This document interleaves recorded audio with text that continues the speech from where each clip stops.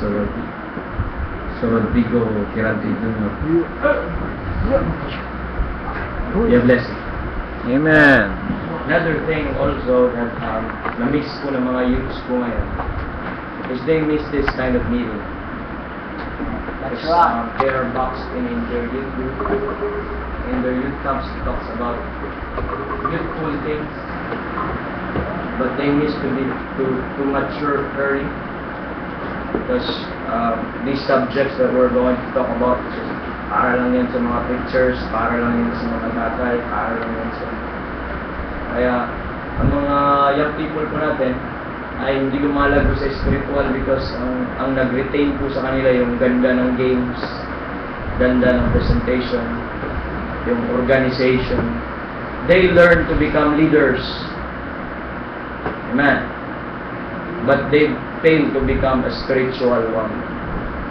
They learn strategies. They learn how to gather people, but they fail to know their God. Sad truth. Yun lang po naman lalabas sila magagaling na leaders, but they end up defending themselves rather than being led by the Spirit. They end up confident that because they're already trained, but what they learned is the structures and strategies and presentation, but never the Bible. So yun po yung sad po doon, or end result. Okay po? And they are not oriented about families, about homes, about the role of young man, the role of a young woman, because they're not privileged, because that's not talked about. Okay? Let's go to the Bible. Let's go to John chapter number 4. Brother Pastor Ben talked about that yesterday, and then that is our jumping board today. John chapter number 4. Let's all stand, please.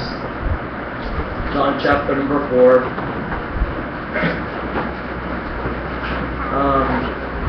Verse number 24. Okay, are you there? John 4:24. All together, ready? Read. God is a spirit, and they that worship Him must worship Him in spirit and in truth. Okay, I'd like to ask Pastor Jude to please pray.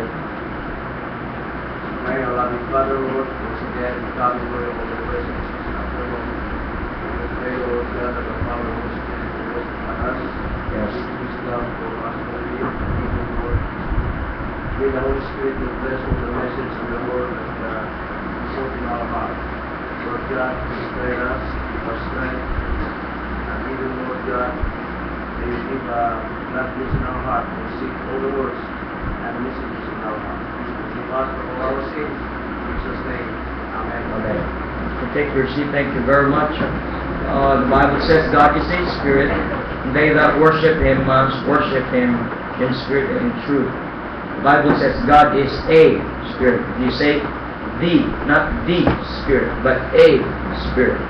And many critics about the King James Bible that it is inferior text because they use the King James Bible use the word a. It's just proper to use God is a Spirit, not the Spirit, because there are many spiritual beings. Right? There is unclean spirit. There is spirit of man. There are spirit of the beast. Angels are spiritual beings. Amen. And God is also a spirit. But the difference is, siya lang yung capital S, spirit. Okay? God is a spirit. And they that worship Him must worship Him in spirit and in truth. Always po yung in spirit and in truth. So, when we worship the Lord, is we are not worshiping God in our the part of man which has God consciousness, or the connection with the Lord, is the Spirit. That's why we always come, or we will always approach the Lord in the Spirit. Okay? And not only that, it is superstition if it's in the Spirit without the truth. Okay? It is always in spirit and in truth. Even in prayer, even in singing, we do that. Look at 1 Corinthians chapter number 14. Okay. 1 Corinthians chapter number 14. Look at verse number 15.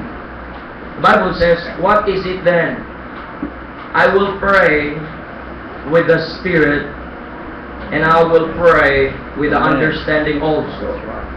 I will sing with the Spirit, and I will sing with the understanding also. Did I give the verse? Amen. 14 and verse 15 lang po pala. So, when you sing, it should be in the Spirit or with the Spirit. And when you pray, it should be with the Spirit and in the Spirit or praying in the Holy Ghost. But take note on with an understanding also. Why there's important of understanding? Because side by side of the Spirit is the truth. Hello? You understand? The truth. Okay, sabi po ng Bible is, it is the Spirit that quickened, and the flesh profited nothing.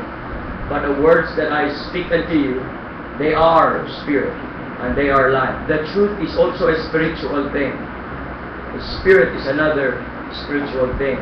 And God is a spiritual being. So we have to come to God in the truth, which is spiritual, and in the Spirit. Hello? Now, kanina we talk about common governments in the churches. Talk about being a congregationalist, democracy, elder rule, episcopacy or oligarchy or monarchy, theocracy, and a republic. So we talk about those things, and most churches are not just governed in one government, but they have multiple system in the church. So they can mix all of these. Yung na-discuss po natin kanina, pwede po sa isang church na meron po siya lahat nito. Naintindihan niyo po? Pwede sa isang church na may lima sa system po na ito, or dalawa, or tatlo. So, now, let's be careful also. We should be mindful on how our church run, and we should be careful with the government that we have, because that's how our church should operate.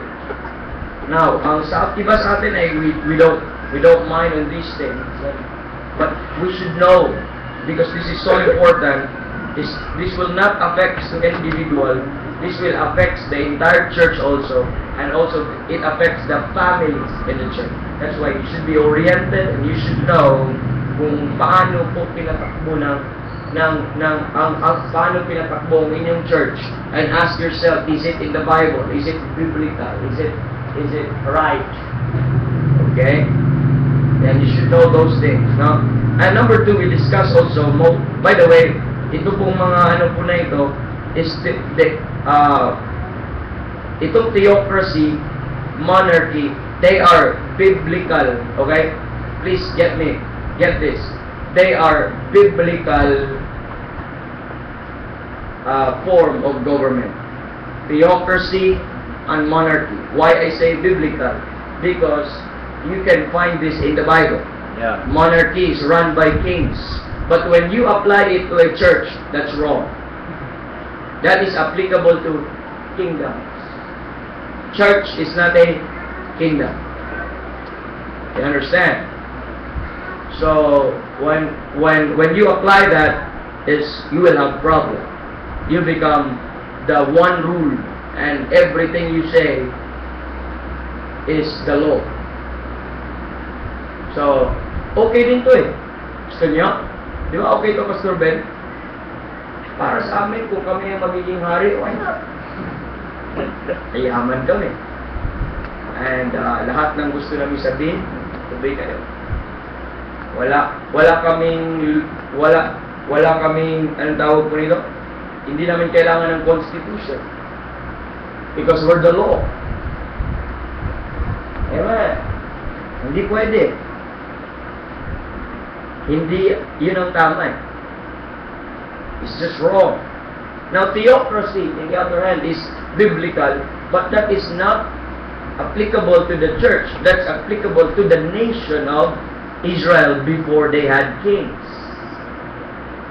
When we say theocracy, that is a direct working of God to a prophet, or to a patriarch, or to an individual like Moses, like Joshua, and like those judges. When I say theocracy, God will be literally speaking to them.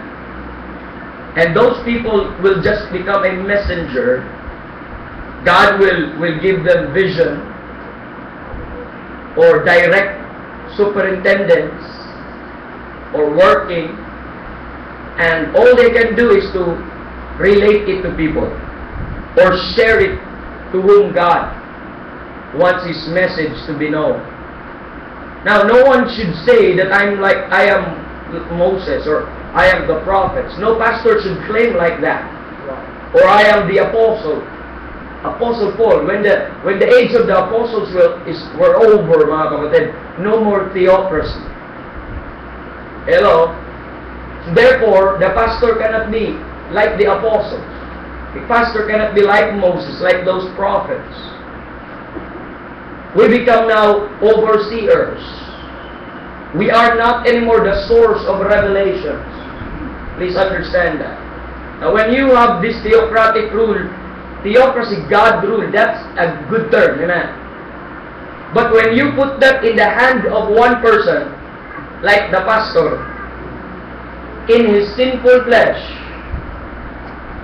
he will always, violate that God rule. Or we will have extra biblical revelation, like nagpakita sa akin ang Panginoon at itong sinabi ng Panginoon, ibigay niyo ang inyong lahat ng tithes, kung hindi kayo ay masusunod.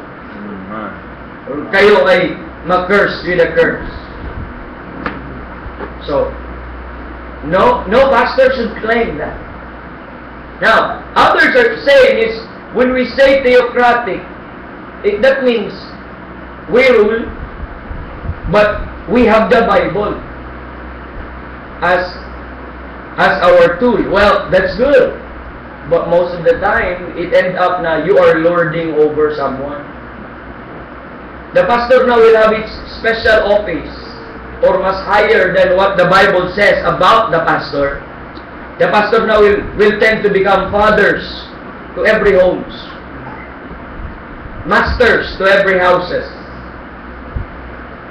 heads over someone. Okay? So yun po yung nagiging nangyari po niyan. But doctrinally speaking, the fact of the matter is, theocracy has no relation with any local churches. Okay? And theocracy is not the autocratic rule by a bishop representing the Lord now, or a pastor. At the end of that, mga kapatid, you will end up like Kibuloy. If you really apply the literal sense of theocracy, you will end up like Manalo, that God talked to them. Hello? You will end up like Joseph Smith. Hello? You will end up like Icleo. Amen.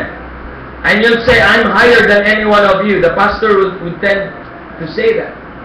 And they will end up saying, it is hard for thee to kick against the prick. Or they will claim like what we have mentioned, or touch not the anointed one. So I hope, mga kapatid, ay nakita po natin yan. I showed you their description. I showed you ano po yung sino-sino po yung mga churches na pwede pong nag-practice ng mga governments po na ito. Now, let's go to number 3. Let's go to the spiritual republic.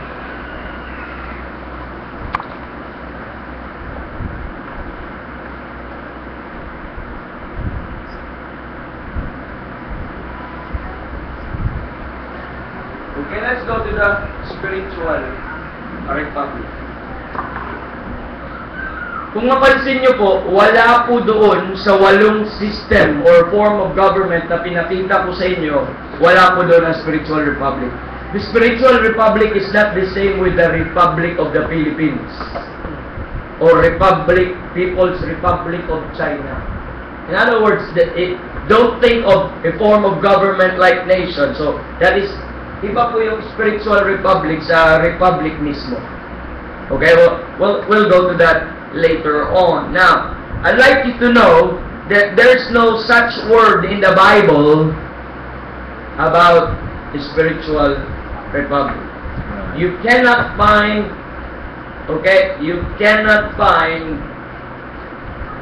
that word in the Bible. Right. The spiritual republic. But why we're using that?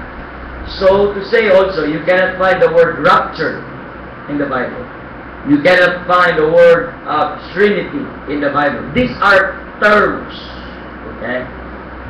Okay? Ang tawag po nito sa mga linguistic, these are ano bang, hindi ko na masabi. Kalimutan ko. What? Never mind. These are terms that God that we use so that magkaroon po ng, that will teach us or that will give us an idea what this is all about. When we talk about Trinity, there's no such word as Trinity, but that is giving us an impression 3 in 1. When we talk about the word rapture, although it's not in the Bible, that gives us an idea that it would be caught up. Okay? Or being forced, wrapped, or ang English word is raped, sudden, forceful. Okay? Doon po natin yan. Like, Rodrigo Quirante Jr. is not in the Bible. But I'm in the Bible. Amen. Gusto nyo makita? Amen. Rodrigo Quirante Jr. ba is not in the Bible. But I'm in the Bible. Amen. When the Bible says, for all have sinned and come Amen. short of the glory of God, I'm part of those. That's right. Hello? When the Bible says, in due time, Christ died for the ungodly, Yes. I'm one of those. When the Bible says, but God commended His love toward us in that while we were yet sinners, Christ died for us, I'm one of those. Hello? But as many as are led by the Spirit, they are the sons of God. I am one of them. Hello? When the Bible says, they which are alive and remain unto the coming of the Lord, amen, shall be caught up with them in the clouds to meet the Lord in the air, so shall we ever be with the Lord. I'm there. Hello? Are you getting my point? Amen. I'm saying you cannot find the term spiritual republic, but the concept, the principle is there. Okay. Now, kanina, let's differentiate this from a republic. Kanina, yung term po ng republic na napag-aralan po natin sa form of government, okay? The republic po kanina, it is a commonwealth, okay? Or it is a state in nation, it is a state in which authority is lodged in a representative. Okay? So, in exercise po, representative. In exercise po ang kanyang power through this representative. Yun yung concept. Kaya lang, the difference between a republic, dito po is elected sila by the people.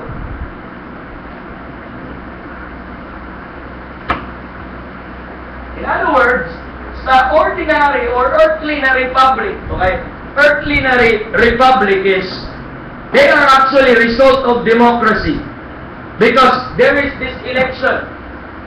So, the one that put them in power is still the people. Yeah. Kaya yung mga congressman natin, sino pong bumoto sa kanila? Kayo. Sino naglagay sa kanila?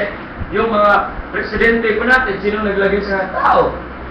So, gaya ganun ang Republic of the Philippines. And yet, they will rule. These people, ang mga tao ang nagbibigay sa kanila ng kapangyarihan, ang nag-elect or nag-enthrone sa kanila, yun yung mga tao. But in a spiritual republic, hindi po yun. That's not the republic that we're talking about. But in a republic that we're talking about, in a spiritual republic, andun yung representative, but that's not all about it. Okay? Andun yung representation, but that's not all about it. That we will learn that later on. Now, when we speak of spiritual republic, we are not teaching the ideas of separation of powers, or an independent judiciary, or political checks and balances. When we talk about spiritual republic, we're not talking about powers. We're not talking about judiciary. We're not talking about politics. We're not talking about who's who or whoever. But when we speak about spiritual republic, we are looking at so many things. Like, for example, number one, when we talk about spiritual republic, what we mean by spiritual republic is that we are looking at the Bible description of believers themselves. So we will look at the Bible. When we talk about spiritual republic, we will look at the Bible about the believers. Okay. Brother Peter brings about, first is you have to know who you are. So, ito po yung mga titingnan po natin. We will look at the description of the believers themselves. So, we should know that each believers ay meron po yung mga description sa Bible. Okay. So, titingnan muna natin before we go to representation or representative. Let's look at the believer. And in a spiritual republic, everyone is aware of the description of each believers. And every believer understands who he is. Okay? Naintindihan niya kung ano yung mga responsibility niya, kung ano yung mga privileges niya. Okay, next. When we talk about spiritual republic, what we mean by spiritual republic is looking at their proper relationship one to another while on earth. So we will talk about the believers. Next, we will talk about their relationship. So, dito, believers themselves. First is you have to ask, sino ako? Anong position ko? Next is, when we look at spiritual republic, this is telling people to be aware, you are this, and you are going to supply this one. And this someone, and you need this one. So in other words, if I am a husband, so that's my description, a husband. The next in the spiritual republic is, the Bible will show you what is your relationship, okay, to your wife, or to your children, or to other husbands, or to other believers. Okay, this is basically telling us who we are and what's our purpose. Akala ko nahulog yung whiteboard, no? What is our relationship one to another while on earth? Amen. Okay, another thing that we have to look at when we talk about spiritual republic is we are looking at scriptural restriction on any Christian with regards to gender, age, and position. So, not just we are looking at the believer themselves and also our relationship, we are looking at also at restriction. Okay? We are looking at the scriptural restrictions on any Christian with regards to, gender, age, positions. So, titingnan po natin that hindi po, may restriction po na nilagay ang Biblia, that there is a father, mother, children, do you understand? We'll talk about sometime later on, mamaya, to talk about that. At ano yung role nila, ano yung position po nila. That's spiritual, what's spiritual all about. So, trash all those ideas that it's all about politics. Trash any idea that it's all about judiciaries or about laws. It's more than that. Or trash any ideas that it's talk about, ruling or power. Sino po ang may preeminence? Colossians 1:18. Amen. That in all things, He might have the preeminence. Pastor Ben already set the mindset yesterday that it is not all about you, but it's all about Christ. Okay, yun po yun. Excited na ako as a husband ko. Mamaya. Excited na ako as a pastor. Ano bang role ko? Okay. Next is not only when we talk about spiritual republic, we are looking at clearly revealed authority structures. We are looking at also authority structures. Amen. Structures. Okay, now let's go to the structures Pastor Ben discussed yesterday. This is the rule. Anyone na lalabas po dito is unbiblical, outside from the will of God. What is the structure of leadership? Authority structures na binigay po ng Panginoon. Here's God, 1 Corinthians 11. If you'd like to, this is a review. Here's Christ. Here's man. Pakibasa 1 Corinthians 11:3. And here's the woman. 1 Corinthians. Babalikan natin yun later on. Sige, please. 1 Corinthians 11 verse 3. But I would have you know that the head of every man is Christ, and the head of the woman is the man, and the head of Christ is God. So that is hierarchy, and by no means twisting it or invert it. You cannot do that God, Christ, woman, man. You can't do that. Right? We are in a feminist movement. No one should distort that. That's Bible. That's right. Okay? If there is women rights right now that they could be equal with man, hindi pwede. Grabe po yung feminist movements mo ngayon at saka women rights that they can be like men. Tapos pag magka-problema, ladies first. Pag nasa MRT at nakatayo sila at buntis, paupuin mo naman ako. And yet they're declaring equality with men. Right. Come on. Hello? Uy, hindi ka naman gentleman. Ako nakatayo, ikaw nakaupo. Pagdating sa CR, dapat may lady CR. I'm telling you, we're not the same, ladies. But it is not to downgrade you. That's the will of God. That's the place. Later on, we'll discuss about coverture. Amen. How God designed you to be put there. And that's the safest place for you. But you acknowledge that you are a weaker vessel. Amen. And God loved you so much, ladies. Please understand. There is not a time in your life that you're not covered. Amen. There's not a time in your life that you're not protected. You are so vulnerable. You are so fragile. And God put men over you. That's right. When you were unmarried, God gave you fathers to protect. When you have a husband, God gave you a husband to protect. Amen. What a blessing. That's right. When you will become widow, God will take care of you. Amen. God will have a church to provide for you. Amen. Think about that. Alright. Kaming mga lalaki, after namin mag-asawa, we're on our own.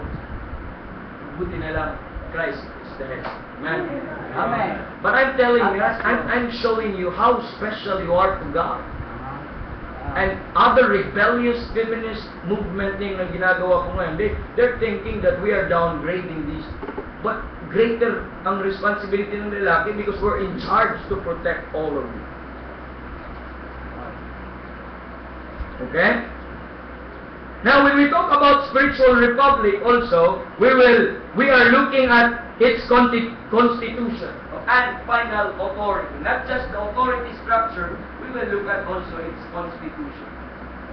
Meron niyang constitution. Pupuntahan natin ito isa-isa. Ano yung final authority niya? Paano po patatakbuhin? Are we trying to listen to God in an audible voice, in our dreams or in our vision? That's no more. God has given us a constitution. Amen. So we will talk about that. When we talk about spiritual republic, we are looking at its constitution and final final authority. Now, when we talk about spiritual republic, we are looking at the Christian home in relationship to the local church. We will be looking at the home with the relationship sa church. Sometimes we are mixed up. Ay, bahay niyo yun, iba yung church eh. Church niyo, hindi ko bahay niyo, or iba yun. Sometimes, they put distinction. Sa bahay niyo, ang tatay mo ang masunod. Pagdating sa church, sabi ng pastor, ako ang masunod.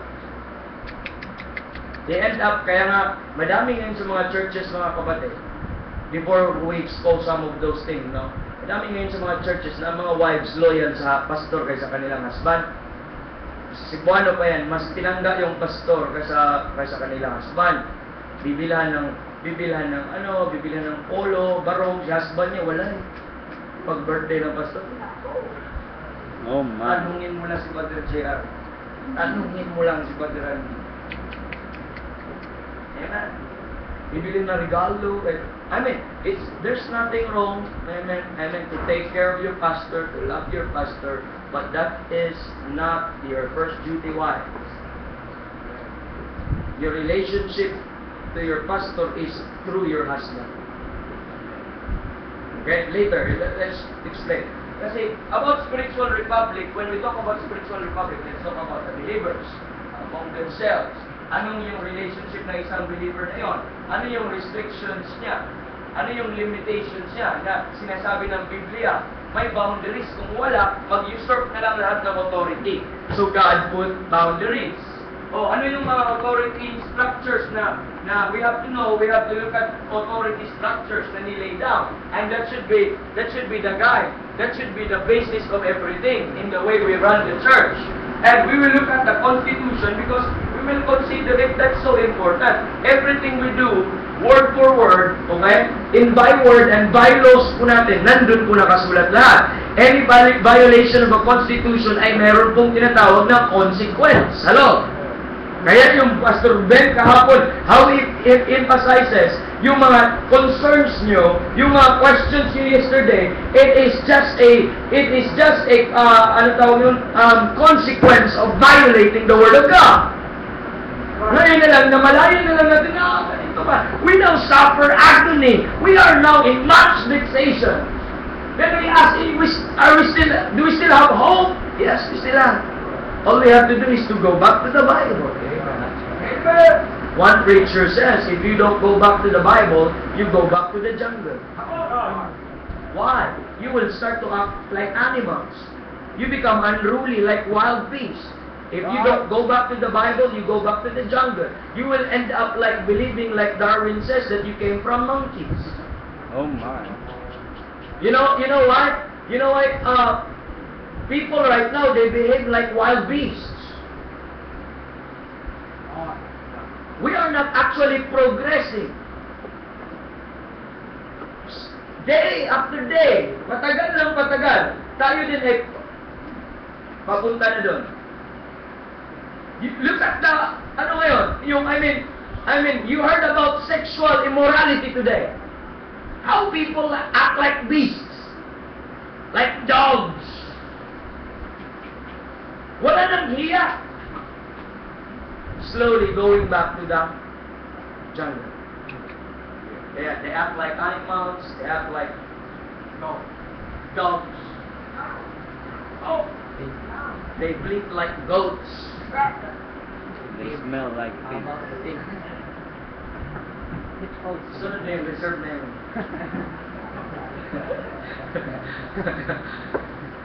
Okay, ano pang titingnan pa natin? Ano yung relationship ng home sa church at yung church sa home? Dito natin makikita, fathers, dito natin makikita, mothers, how important na lahat tayo nandito sa church.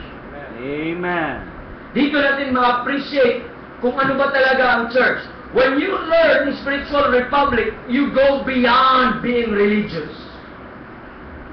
Kasi pag when you miss this thing, akala mo lang na simba-simba ka, parang ka lang Catholic dati, na once na magkaganon na yung kamay mo sa bindita or holy water, so to say, nila, Once makaganyan ka na, okay na yun, simba na yun, kahit nasa labas ka.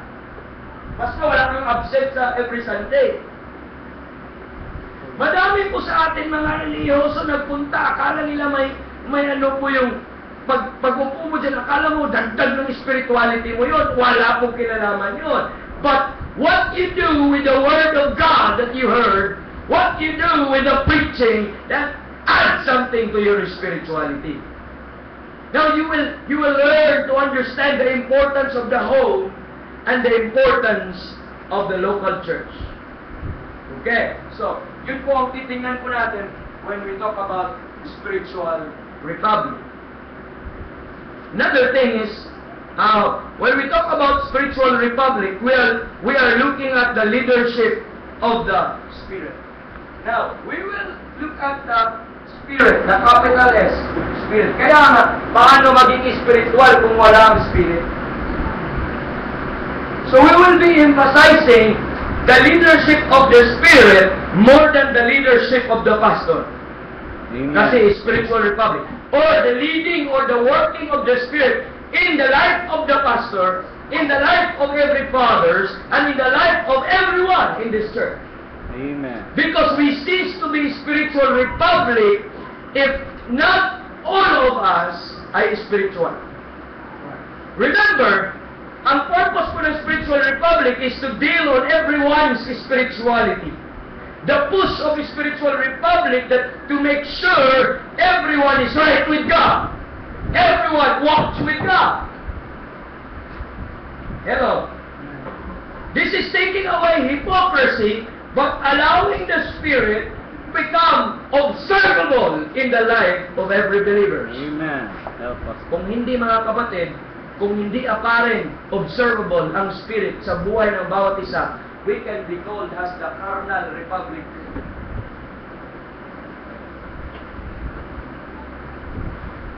Delikado yan. Pag hindi spiritual, ano ang sunod? Carnal.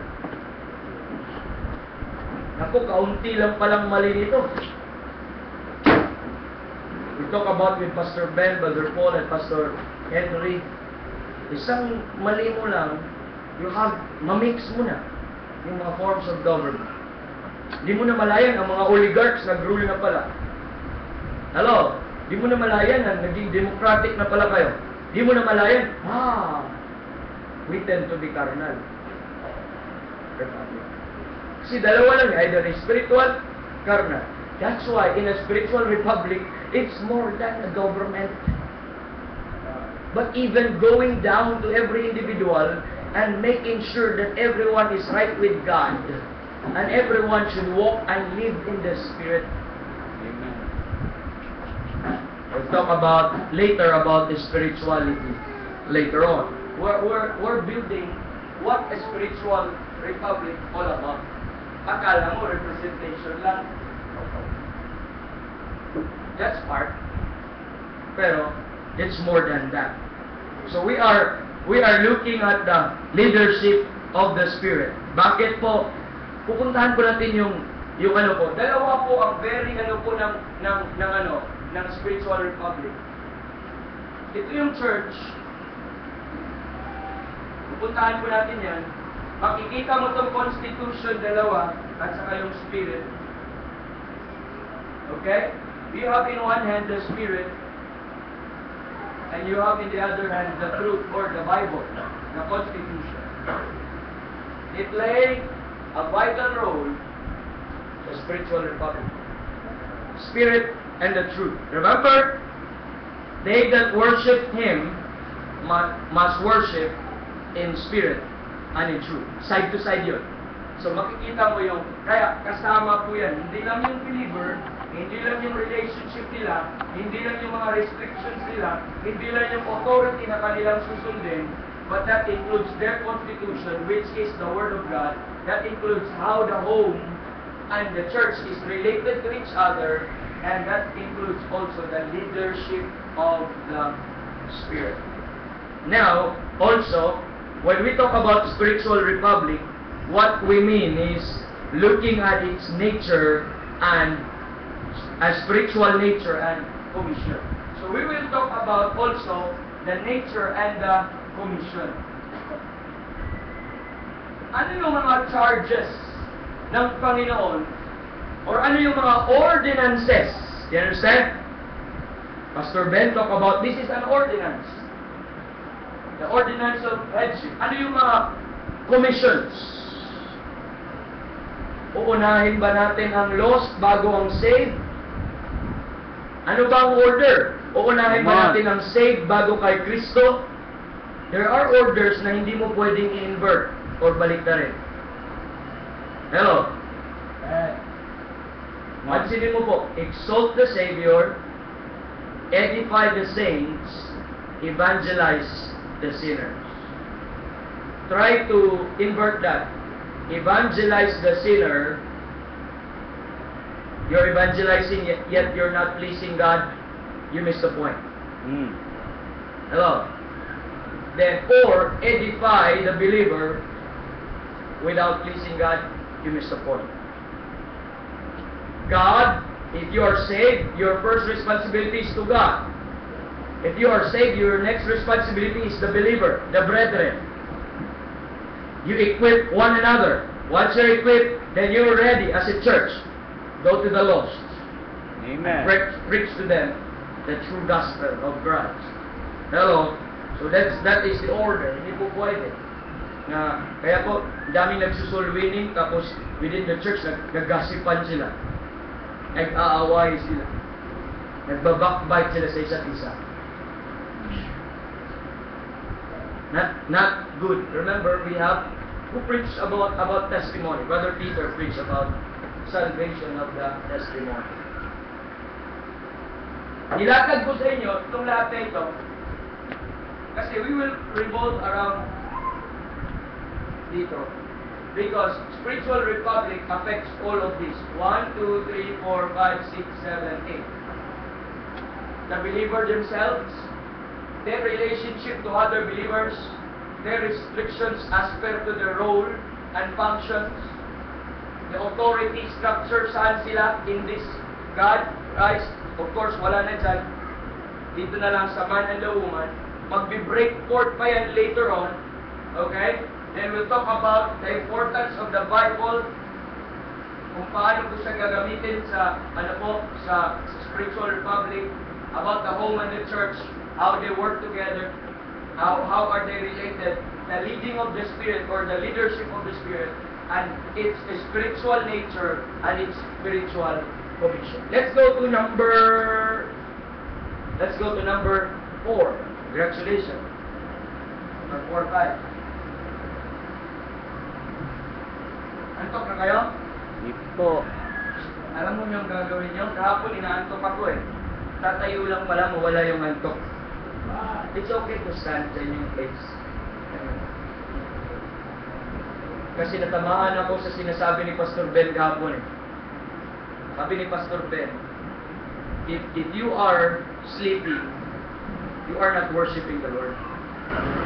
And if you are sleepy, you cannot worship the Lord. You remember that? Naalala ko yun. It's dahil natamaan ako eh. So I have to do all the means para hindi lang ako antokin. Amen? Nagganon na si Brother Joby kahapon, ginanon ko kagad si Brother Joby. Kasi hindi niya narinig yung sinabi ni Pastor Ben. Nirelay ko sa kanya. Remember? Nirelay ko sa kanya kung ano sinabi kay Pastor Ben. Kaya nagising na siya. Pero natulog ulit sa likod. Di ba? Okay, let's go to the characteristic of the spiritual republic. Right? The characteristic. Ano yung mga katangian niya, characteristics of the spiritual republic?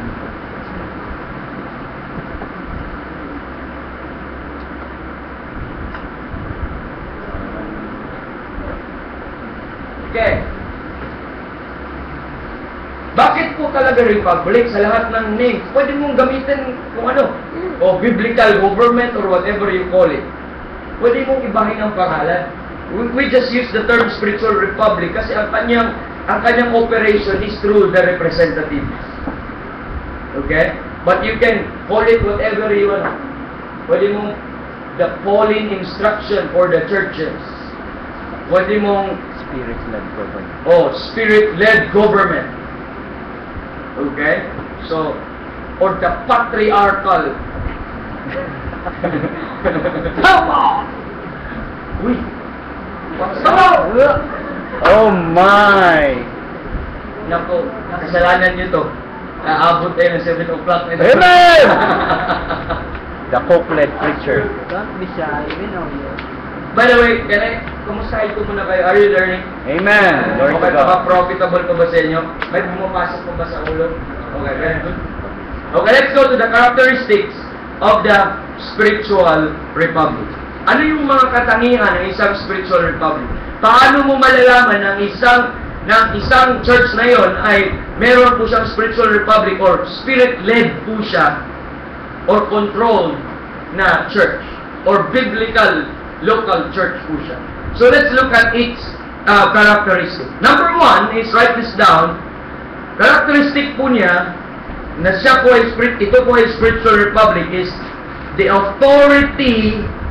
Makikita mo yung authority of the Constitution or authority of the Bible, makikita mo, which is the Constitution, no? The learning of the Bible and the obedience of the Bible. Okay? Malalaman mo kaagad dahil ang meron pong rule kaagad, we'll see what the Bible says about it. Makikita mo in a spiritual republic na wala na silang ibang final authority kundi ang Word of God. Amen. Amen. Malalaman mo kagad na hindi spiritual republic yan kasi makikita mo yung preeminence ng pastor or preeminence ng ibang tao or ibang members. Pero pag makita mo yan, na ano po yan, ang authority, wala nang iba pa, Word of God lang, yun ang tinawag po nila Constitution. That could be a mark of a spiritual church or a spiritual republic. Or if makikita mo, is they promote learning of the Bible, not philosophies, not tradition, but the learning of the Bible, they promote that. So andun yung teaching, preaching, natututo sila together. Mark that. That could be a spiritual republic. Or, that could, makikita mo yun na ang obedience or they promote obedience to the Constitution and they are serious on any violation of the Scriptures. Mark that. That's the first mark. Ang una mo kagad na palatandaan o characteristic, they have the Bible as their authority. They always learn that Bible. They strive hard to know more what the book says. And they are also promoting and striving hard by God's grace to obey the Bible. Like-minded po sila na yun ang final authority po nila. Like-minded po sila na pag-aralan po nila yun. Like-minded po sila na mag-obey sila. From the pastor down to the children. Amen. Okay? Next. Malalaman mo the next characteristic of a spiritual republic is number 2, the saving faith, okay, of Christ in regeneration. The saving faith of Christ in regeneration. So that means, mga kapatid, makikita mo that ang kaligtasan ay nagre-result ng regeneration. Apparent po doon na meron pong newness of life. Do you understand? Meron po apparent or observable po yung tinatawag po natin yung new man or new creature. Yun kagad ang result. Hindi lang sila saved, Amen. yet carnal. But this is what we call, they're emphasizing on the saving faith. Okay? Saving faith of Christ. Na may effect po sa kanilang kaligtasan and that push them to have spirituality and holiness. So, mark is, they have the authority of the Bible, the learning and the obedience of the Bible. Next is, yung right salvation. That leads to, what? Conversion, regeneration, or Anong tawag po niyan? Yung spirituality and holiness. So they preach, in other words, they preach the right gospel. They are so concerned about someone being saved. Any spiritual republic will not promote 1, 2, 3, repeat after me. But they will take time on sharing, the work of Christ properly. Not so concerned about 1, 2, 3, repeat after me, or head counts. Okay, give me 3 minutes, give me 2 minutes, and you'll be saved. Give me 5 minutes. But their concern is, let's sit down. I want to show you the Word of God, because they all believe that faith cometh by hearing, and hearing by the Word of God. They don't convince anyone that they're saved, but they allow that someone to say and to testify they're saved. They just preach the Word of God, and the Word of God will work faith on that hearer, amen. Hearing the Word of God until such one, yung isang tao na kanyang witnessan will confirm, I just got saved. Amen. Amen. Glory to God. Bakit po? Imposible na magkaroon ng spiritual republic kung ang isang church ay puno ng unsaved. That's right. Ang characteristic po ng isang spiritual republic ay they should make sure, although hindi naman guaranteed na ligtas po lahat, but they make sure that the people learn the right gospel. That they understand the value of the death, burial, and resurrection of Christ. Properly taught. If you observe, Brother Ben will always ask, are you saved? Are you saved? Are you saved? Until now, Pastor Ben. Even to your members, Pastor Ben. Even to our members, we're telling, are you saved? Because kung hindi po sa spiritual republic, anyone na may unsaved po yun po yung sakit sa ulo. That's right. And paano pag majority? Now, can I tell you something? It doesn't mean na matagal na siyang church na madaming ligtas doon. Most churches right now, because of 2 Corinthians, punta po kayo, 2 Corinthians chapter number 4, because of this, anong tawag po nito? Because of these works of Satan, ito po yung ang nangyari. Verse number 3. But if our gospel be hid, 2 Corinthians 4, altogether, 3 and 4. Ready? Go. But if our gospel be hid, it is hid to them that are lost, in whom the God of this world hath blinded the minds of them which believe not, lest the light of the glorious gospel of Christ, who is the image of God, should shine unto them. Ngayon po mga kapatid, ang gospel ay hid. Sino pong nagtago ng ebanghelyo po ngayon? The God of this world. Ang resulta po ngayon, may mga churches, they have the name that liveth. Pero sabi sa Revelation, but thou art dead. They have governments, they have organizations within. They look like a church. Bunch of carnal people, bunch of covetous people, bunch of rebellious people. You know why? Because they're made up of unsaved people. Buti na lang ang local church at saka body of Christ hindi parehas. Hello? Amen. I tell you something, madaming churches po ngayon. Nakikita mo ngayon, yung sinasabi, resulta na lang yan, consequence na lang yan. Dahil una, nawala na ang ebanghelyo sa kanila. Now, sino may tracts po dito? Sample tracts. This is to demonstrate. Huwag yung tracts natin, ha? Anong tracts yan? Sa atin. Yan. I'd like to ano po mga kapatid. What is the gospel?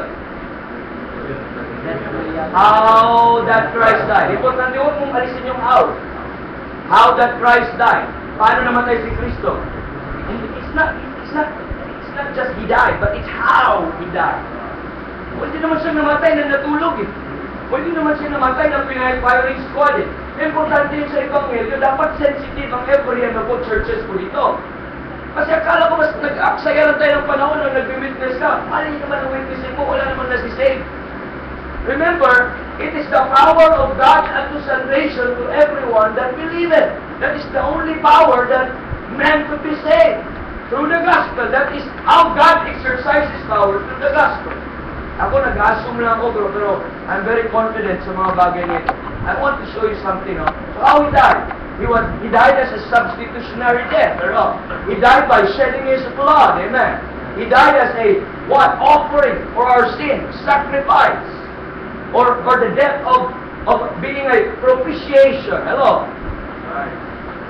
And how that he was buried. The importance of burial is that Christ went to hell to suffer for our soul. He became burnt offering there. Amen. And to purge our sin there, because that's a place na sunugin ang ating mga kasalanan. Hello. Kaya nga, living He loved me. That's a scriptural song. Very deep. Dying He saved me. Amen. Buried He carried my sins far away. Rising He justified. Freely forever. Second God. One day He's coming. Oh, completo. Amen. How that Christ died. Ang significance ng kanyang burial, so that His soul will become an offering for sin. Hindi ka pa saved, mga kapatid. Magiging problema ka sa iyong pastor. Because kinonvince mo ang sarili mo, ligtas ka. Hindi ka pa pala tunay na nampalataya sa tamang gospel. Okay. Ano po? Anong significance po ng kanyang resurrection para magkaroon tayo ng righteousness? Hello? He rose again for justification. Purpose, kung wala resurrection, walang justification. Ano ang gospel? Death lang ba? Come on. How that Christ died also. Buried and rose again the third day. Okay, God's message to you. Okay, it's so long if I'm going to read this on, pero gusto ko sa mga invitation part. Pero dito po natin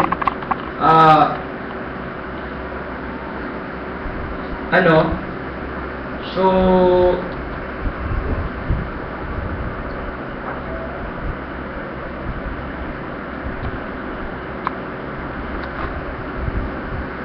parang story siya eh.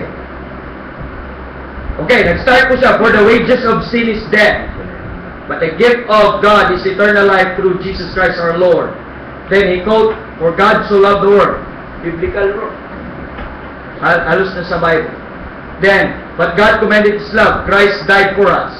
So, andun yung death. Na-mention niya yung death. Christ died for us. But God raised Him from the dead. Wherefore, God also highly exalted. He mentioned about resurrection. This is a good thing.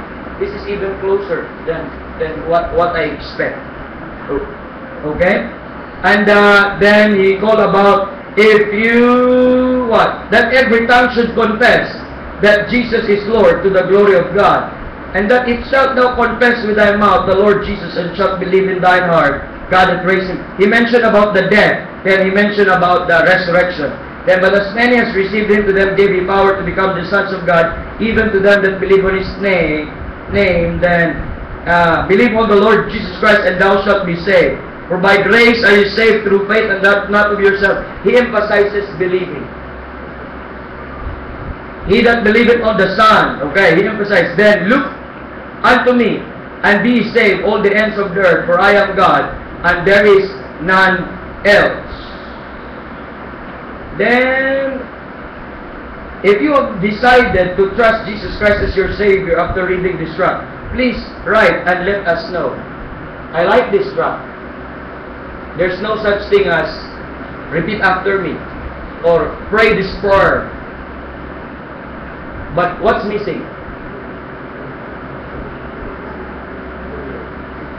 What's missing? Yes, the sufficiency. What's missing, other? Is the gospel there? For I delivered unto you first how that Christ died and He was buried. Amen. According to the Scriptures. And He rose again the third day. But this is even closer to what I expect, because this is promoting on believing Christ. But anong paniniwalaan nila kay Kristo? Yung Ebanghelyo. Tama po? Yung Ebanghelyo. Ano ang Ebanghelyo? How that Christ died. Hindi nga nag-quote ng 1 Corinthians 15. I'm not saying na walang masisave po nito mga kapatid. But these tracts ngayon na lumalabas are even misleading, so ignorant about the death, burial, and resurrection of Jesus Christ. Sino ba maiba? This is closer. Ano pa? Sa'yo, Brother Joey. Bakit po ako nag-stop po dito? Walang spiritual republic kung hindi kayo ligtas. Ito, 100%. Ayos ko. Katiyakan ng kalangitan. Maganda. Hindi ko na sasabihin kung anong church.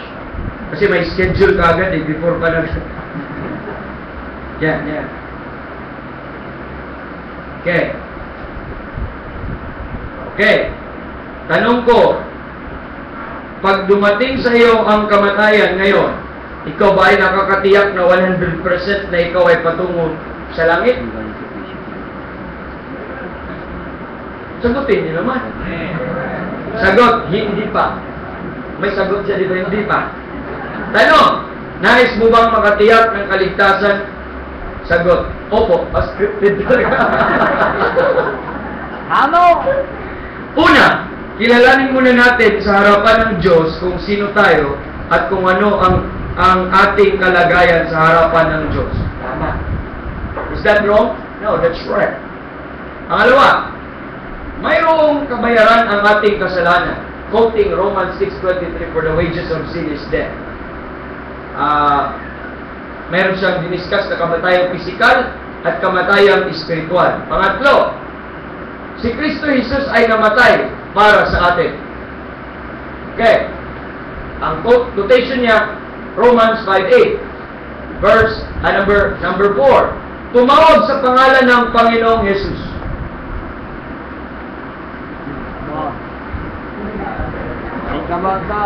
Where is the gospel? I'm telling you mga kapatid, hindi mo na makikita ang gospel sa gospel tract. Manalangin. Ito. Ilang Diyos, salamat po na nakilala po na ako ay isang makasalanan at nahatulan. Subalit ako po ay nagpapasalamat na si Iso Kristo ay namatay, nilibing at muling nabuhay. Buti pa dito, andito sa... Nasa prayer. Nasa prayer, pero wala sa kanyang pagpangaral. Ngayon pong oras na ito, pinagsisihan ko po ang aking kasalanan at tinatanggap ko po si Kristo Jesus bilang Panginoon at tagapagligtas ng aking buhay. Ito po ang aking dalangin sa pangalan ng Panginoong Jesus. Sa preaching, wala ang gospel. Sa prayer, andun ang gospel. Okay. This is just to demonstrate, okay? Not to ano. I'm telling you mga kapatid, why I'm so hard on this. Kasi nasa dream mo lang ang spiritual republic kung hindi kayo ligtas. Managinip ka na lang kung ano ang spiritual republic. O dami, huwag nyo. Sobra-sobra na to. Hanapin ko lang, Santiago 4:14. 1 Peter, hanapin ko lang yung verse kasi yun po ang batayan 1 Peter 1:24. Pahayag 21:8. Ano ang pahayag? Revelation. John 14:6. 1 John 1:9. 1 John 5:13. Sa iyo kaibigan, tanggapin mo ba si Kristo sa iyong puso? Maisasagawa mo ito ngayon? Kasi according to the scripture ang kaligtasan, di ba po? Kaya nagbabasa ako ng scripture. Panginoon Jesus, namili ko na ako ay isang, hindi ko maintindihan, makasalanan at nakatakdang mabulid sa impyerno.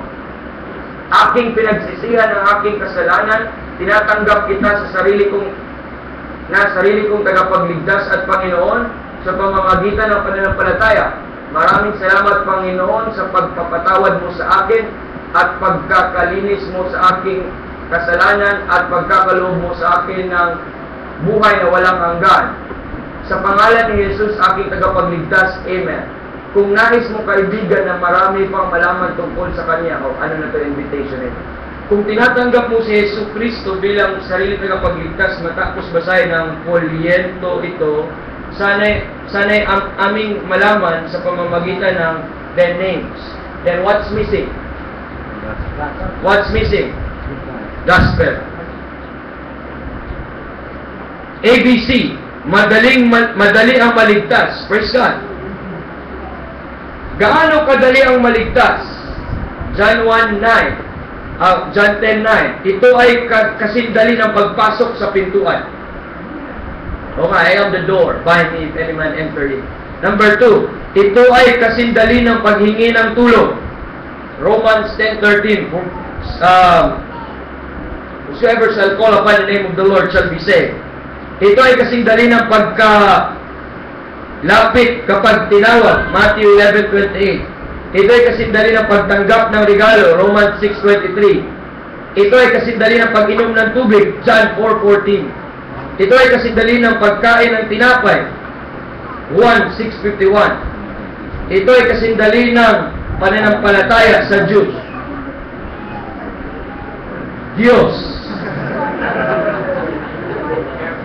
Lumabas na naman yung pag-Bisaya, Diyos. Diyos kasi din sa amin. Paano ba so? Tama! Bagamat madali ang kaligtasan, napakarami pa rin hindi nakakaunawa nito. Inakala nilang meron pa, blah blah blah blah blah, then story. Bakit hindi mo gawin ang pinakamahalagang desisyon? Tanggapin si Jesus lamang bilang sariling tagapagligtas.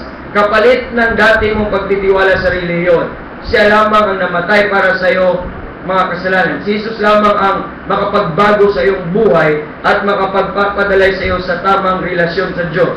Ito'y nasa iyo lang. Gusto mo bang ayusin ang inyong walang hanggang patutunguhan? Nais mo bang gawin ito? Pwede kahit sa oras na ito. Sa tulong ng Diyos, sana'y gagawin mo. Kung gusto mo makasiguro sa buhay na walang hanggan, nais kong magsisi sa aking kasalanan at tanggapin si Yesu Kristo bilang sariling tagapagligtas. Ipinagkatiwala ko na sa Kanya ngayon ang kaligtasan ng aking kaluluwa. What's missing? Gospel. If our church is not a gospel preaching church, spiritual republic is impossible. Please get this, Brother Delvin. Kung papiliin ako, yours is the best. Okay? Now, on point mga kapatid, ang spiritual republic, kung tunay ang spiritual republic, ay makikita mo yung saving faith of Christ in regeneration, the true gospel, amen, being preached, the emphasis on the sufficiency of Christ's work, death, burial, and resurrection. Are you saved? Amen. Amen. From what? And of what? Okay, Pastor, hirapan tayo po nito pag madami dito hindi ligtas. Huwag na lang, mag-theocracy na lang tayo kung hindi ligtas, or mag-monarchy na lang tayo kung walang ligtas. Naintindihan niyo po? Kasi wala, imposible. Characteristic po yun. Ang hindi lang authority ang Word of God, yun ang tinataas ang Word of God, pero yung mark po nila, sila po ay saved. Okay po? Next, another characteristic of the spiritual republic, I'm trying to, sa aking oras, is being led of the Spirit. Okay? Being led of the Spirit. Kasi, makikita po natin yan, they are not program-oriented. They are not result-oriented. They are not up to the form, but they are up to the substance. They are led by the Spirit. In Romans 8:14, you can see that they that are led of the Spirit, they are the sons of God. So they are conscious and mindful of the leading of the Holy Ghost. And we will go to that later on. Anong function po ng Holy Ghost sa local church na meron pong spiritual republic? Now in Ephesians chapter number 5, verse number 18 and 19, please read. 18 and 19. Oh, sarap po. Pinakita niyo pa sa asawa ko, ah. Holy God. 18 and 19. Together po, together para lahat, para mawala ang antok. Ready, go. And we have drunk with wine or in excess, but we shall be filled with spirit. Speaking to yourselves in songs and hymns and spiritual songs, singing and making melody in your heart to the Lord. Okay, nakikita mo yung being filled with the Spirit, okay? Or being led of the Spirit. There's also another verse, Galatians 5. Look at Galatians 5. Look at verse number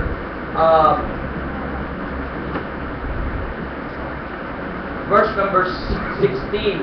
The Bible says, "This I say, then walk in the Spirit, and ye shall not fulfill the lust of the flesh."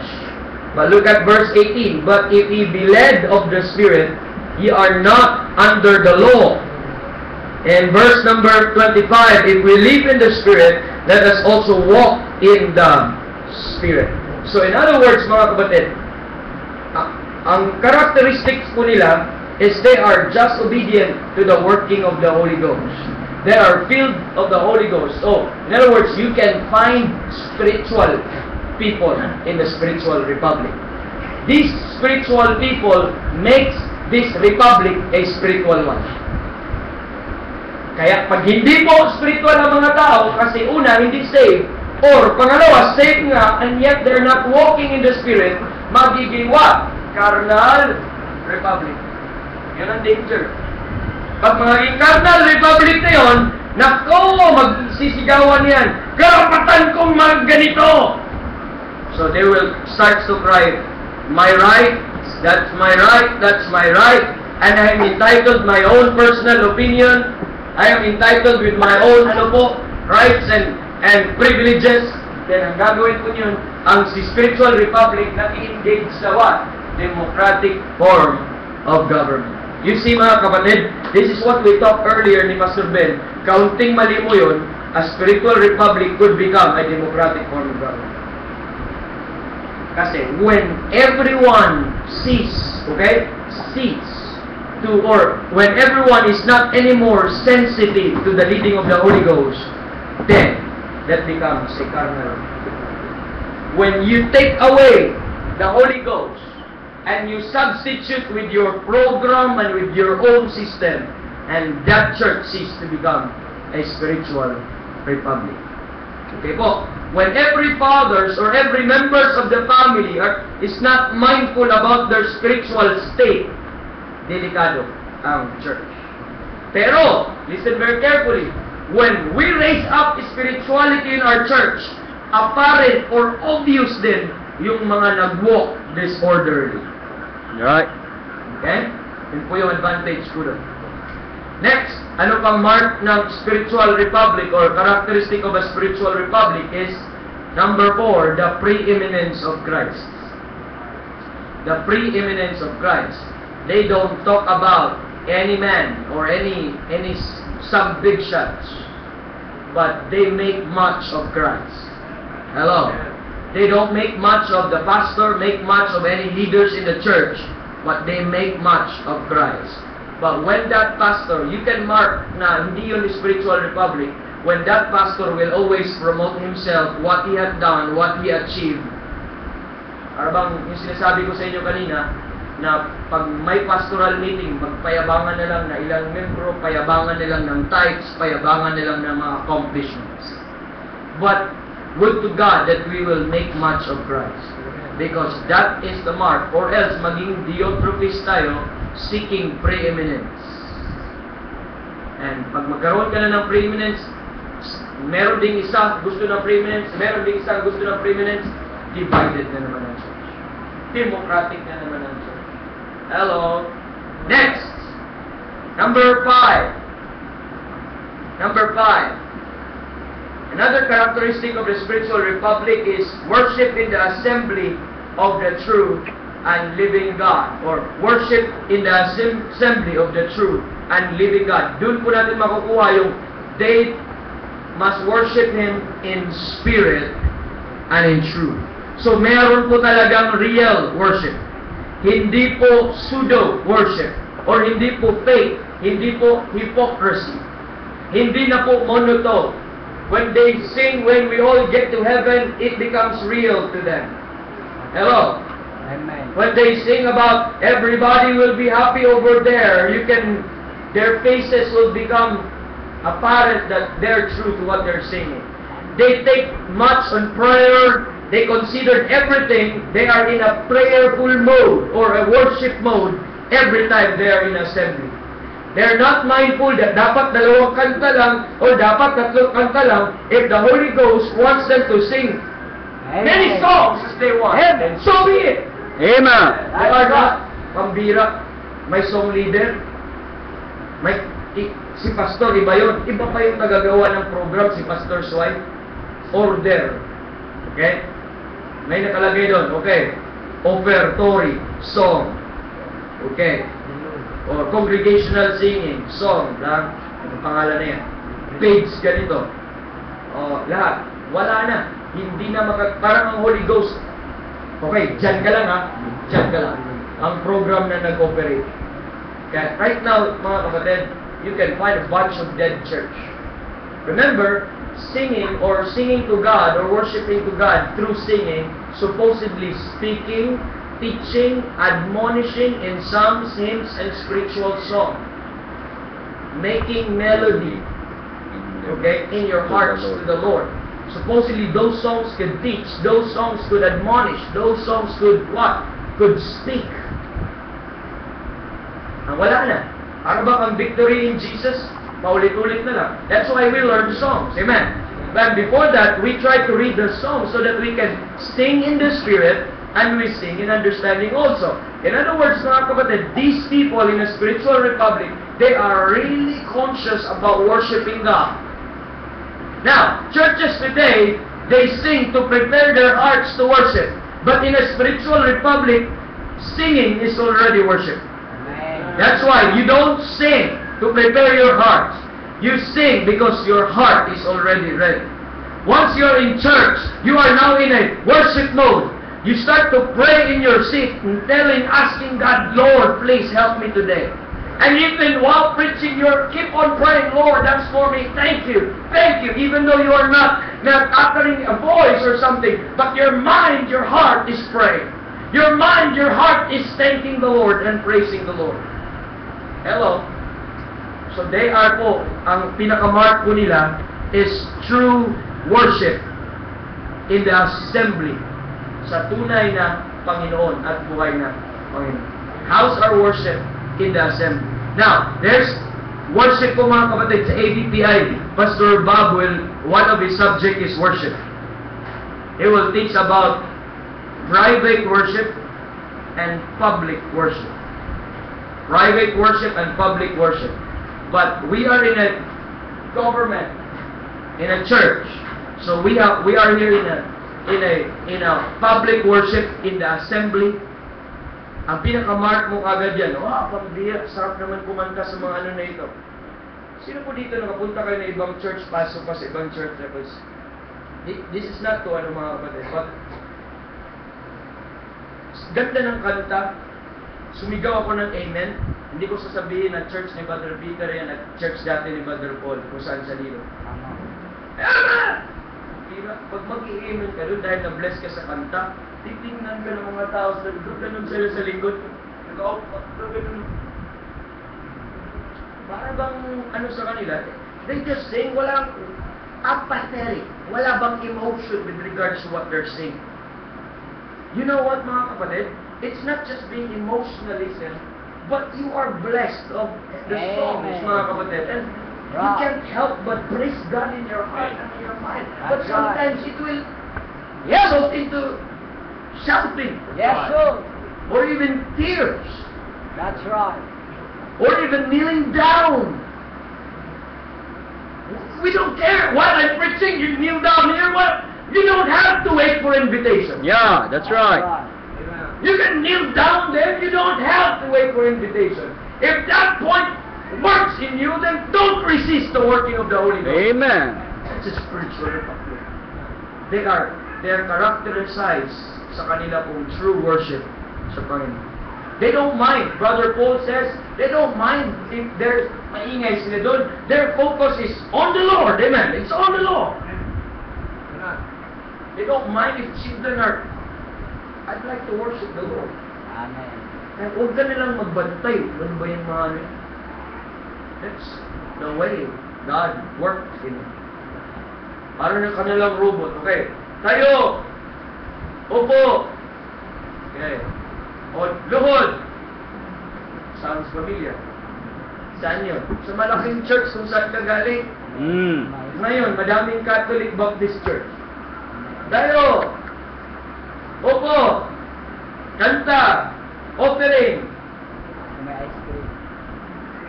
Ha? May ice cream. Okay. Worship in the assembly of the true and living God. Number 6. Prayer and communion with our holy God. Another marks or characteristic of the spiritual republic is prayer and communion with our holy God. Now, listen very carefully. Being spiritual is not a magic or something God will just give you overnight. It takes a prayer life. Amen. It takes a daily walk with the Lord. Amen. It takes much prayer. More prayer. A spiritual republic and state, they are also in prayer. They emphasize prayer. They pray. They have communion with the Lord. Every family pray. Amen. They have this prayer. Now, we're blessed with the church in Lipa. When I attended their prayer breakfast. When I attended that prayer breakfast, God laid in my heart, sana meron din kaming ganyan sa church. So blessed seeing the children. So blessed hearing their verses and their prayer requests. And by God's grace, God is blessed us with a place na malapit na po sa amin. And unti-unti po, we have 4 mornings to pray in a week. Hindi naman kami compound kagaya ng sa People First Name na andyan lang malapit, but that's good enough already sa ngayon. Si Brother Eric lang ang pinakamalapit doon. Sa kabilang kwarto lang. Pero kami is we have two rides, ang iba walking distance. But we're doing that because we acknowledge that we are frail. We acknowledge that we are not good. We acknowledge that we're weak and we need God.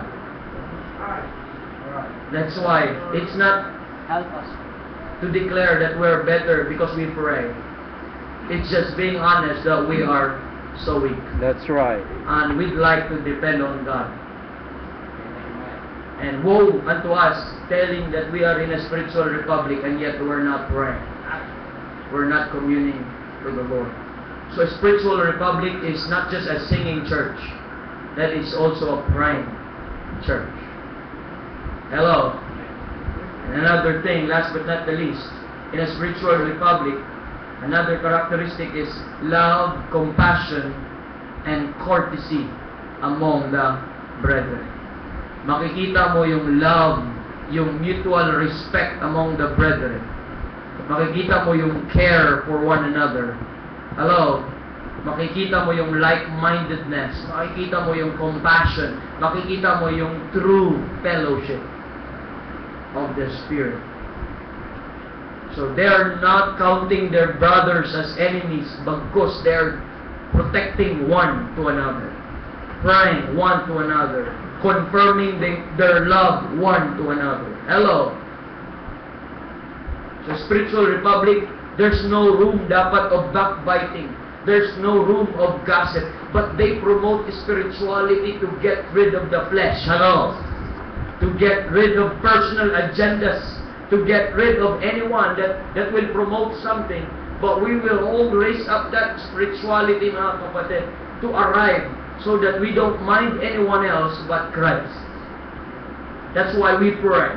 That's why we worship. That's why we should be sensitive and vulnerable sa leading po ng Holy Ghost. Hello? Now, We have to, we don't say that we already arrived this far. We are far, so far. What's important is, we're striving our very best by God's grace and God's mercy to attain these things. Amen. To attain these things. We have a young church, and we have families that are young families then they're still starting. But I'm praising God for people who are like-minded, standing with their pastor to push these truths sa amin pong local church.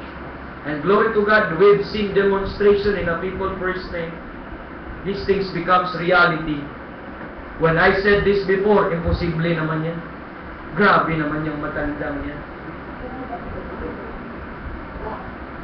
That's right. But now, glory to God. Glory to God. Amen. God is so merciful that He spared our church Thank you. and start new. Hallelujah, sir. All we care is we'd like to worship the Lord. All we care is we'd like to walk with the Lord. All we care is we'd like to obey the Bible, learn that Bible, put that. All we care is we'd like to be sensitive, and we don't want to grieve the Holy Ghost. We don't want to vex the Holy Ghost.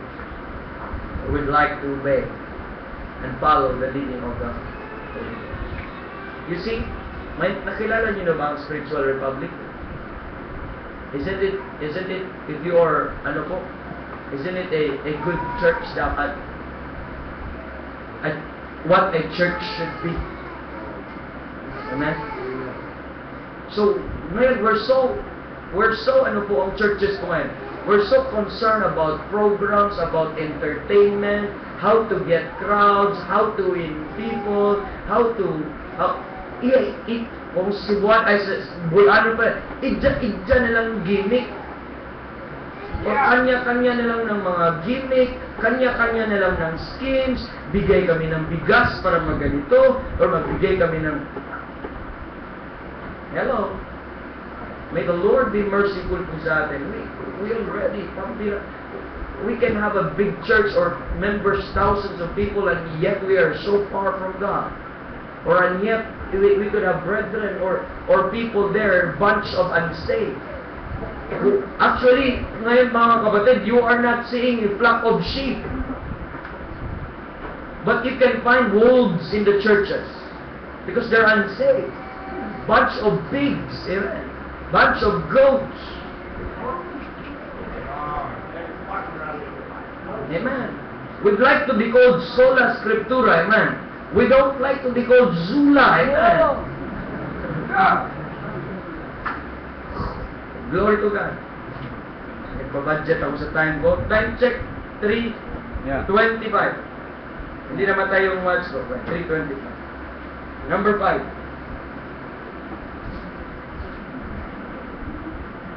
Very good. Kaya ba? Amen. O kaya ngayon tumayo, mag-stretch. Relax. Sige, tayo muna lahat. Ako Amen. na makakabot lang. Padre Andre, mag-lead ka ng making melody in my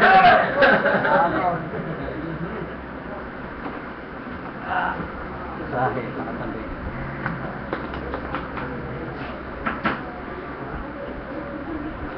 Brother Paul, pwede ba akong magbigay ng break para I don't want ma-defeat yung purpose. Kahit mga 10 minutes. 10 minutes.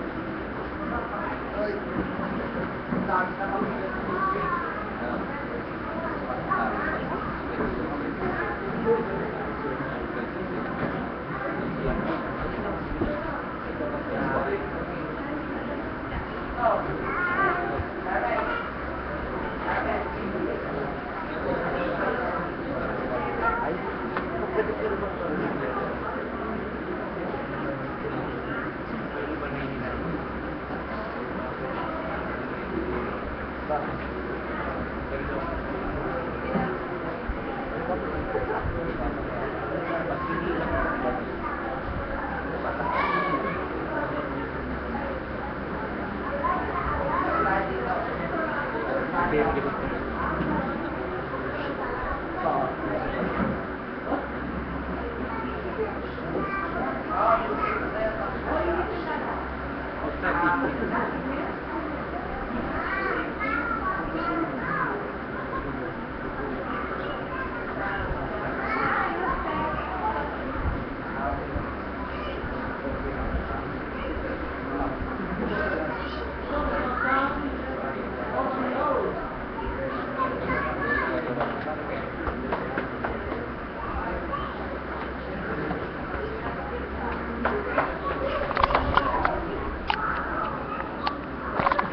you.